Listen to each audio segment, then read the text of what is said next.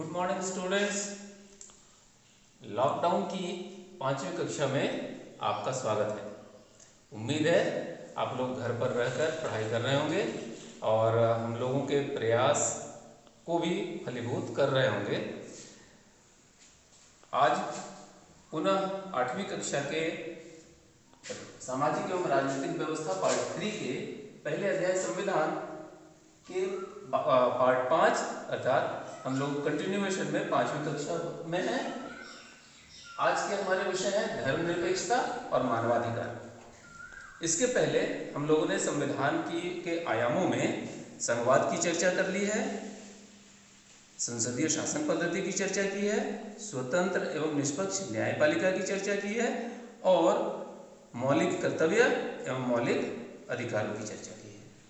तो आज का हमारा विषय है धर्मनिरपेक्षता, जिसे संविधान में की प्रस्तावना में पंथ निरपेक्षता कहा गया है अर्थात सेक्युलरिज्म।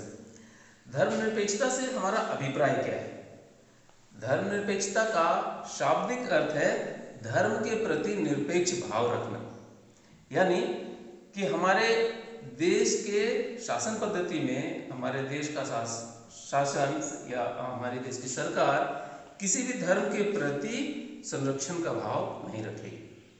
धर्म के आधार पर सरकार के द्वारा किसी से भेदभाव नहीं किया जाएगा। यह हमारे संविधान में वर्णित है। वस्तुतः जब भारत आज़ाद हुआ और हमारे भारत में विविध धर्मों को मानने वाले लोग हैं, तो किसी भी समुदाय में, चाहे वो धार्मिक अल्पसंख्यक हो या बहुसंख्यक, उसके मन में यह भाव नहीं आना चाहिए था, यह असुरक्षा का एहसास नहीं होना चाहिए था कि हमारे प्रति दुराग्रह रखा जा रहा है। इसलिए हमारे संविधान निर्माताओं ने और हमारे देश की सरकारों ने यह तय किया कि हमारे देश के संविधान का स्वरूप, शासन का स्वरूप धर्मनिरपेक्ष होगा। इसलिए भारत का संविधान भारत को एक धर्मनिरपेक्ष राष्ट्र घोषित करता है।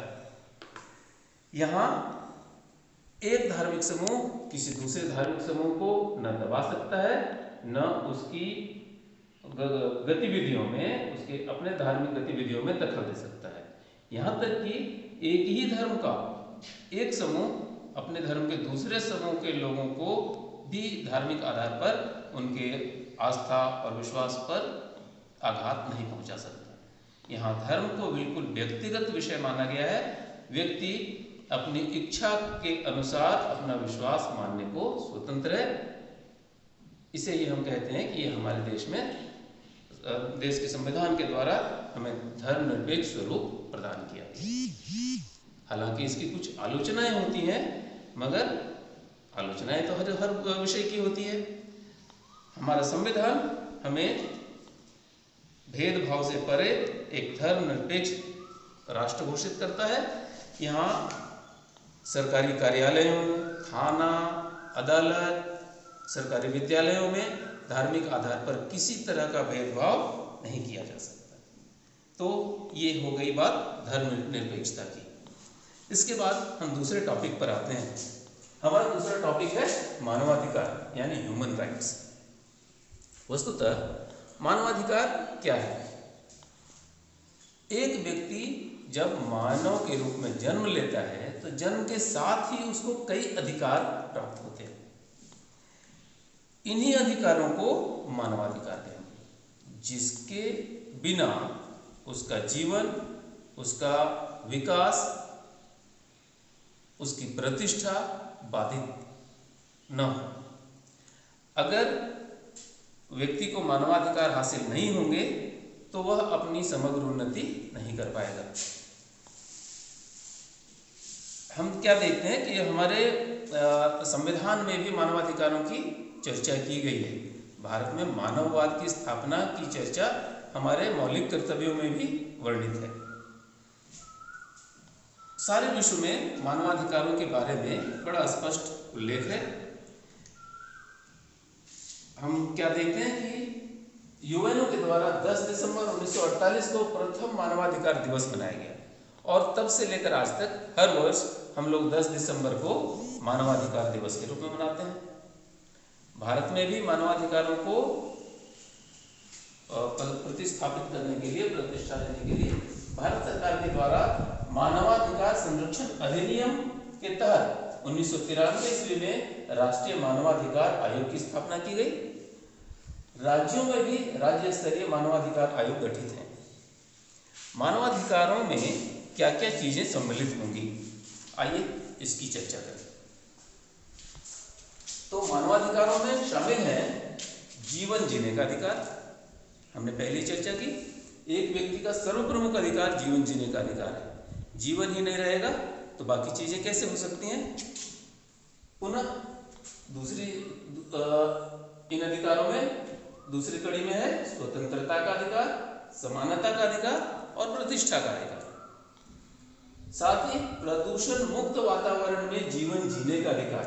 भारत में इस व्यवस्था को स्थापित करने के लिए नेशनल ग्रीन ट्रिब्यूनल की स्थापना भी की गई, जो भारत के पर्यावरण संरक्षण के प्रति उत्तरदायी है, उसकी देखरेख करती है।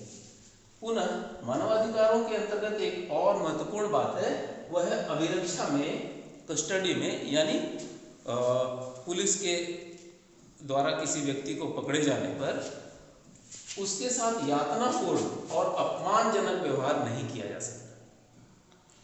अगर किसी कैदी की या अभियुक्त की अभिरक्षा के दौरान यातनापूर्ण या अपमानजनक व्यवहार उसके साथ किया जाता है तो मानवाधिकार आयोग उसके प्रति उसके संरक्षण के लिए कार्य करता है। एक और विषय इसमें है कि महिलाओं एवं बच्चों के साथ भी सम्मानजनक व्यवहार होना चाहिए। मानवाधिकारों के इन्हीं स्थितियों को स्थापित करने के लिए वैश्विक स्तर पर कई संस्थाएं हैं, जैसे एमनेस्टी इंटरनेशनल। हम लोगों ने अखबारों में और न्यूज में, टेलीविजन के न्यूज में अक्सर सुना होगा एमनेस्टी इंटरनेशनल के बारे में।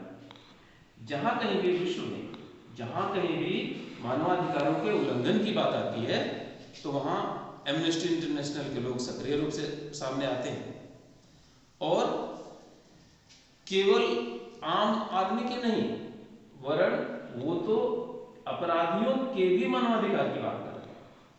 यानी अभी हमने पढ़ा भी, देखा भी कि अभिरक्षा के दौरान किसी के साथ यातनापूर्ण और अपमानजनक व्यवहार नहीं किया जा सकता।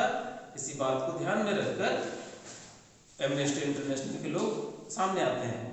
हमारे देश में भी कई बुद्धिजीवी संस्थाएं हैं जो अपराधियों के और गैर कानूनी कार्यों में लिप्त लोगों के भी मानवाधिकारों की बात करते हैं।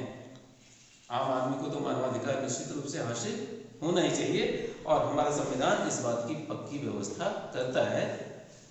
हमें भी अपने संविधान में वर्णित इन महत्वपूर्ण आयामों की रक्षा करनी चाहिए और अपने मन, वचन और कर्म से इस ओर अग्रसर रहना चाहिए। तो आज की कक्षा में हमने इन दो विषयों की चर्चा की, धर्मनिरपेक्षता और मानवाधिकार। उम्मीद है कि आप लोगों को ये कक्षाएं पसंद आई होंगी। संविधान के लिए जो हमने 5 कक्षाएं आयोजित की, ये कक्षाएं पसंद आई होंगी।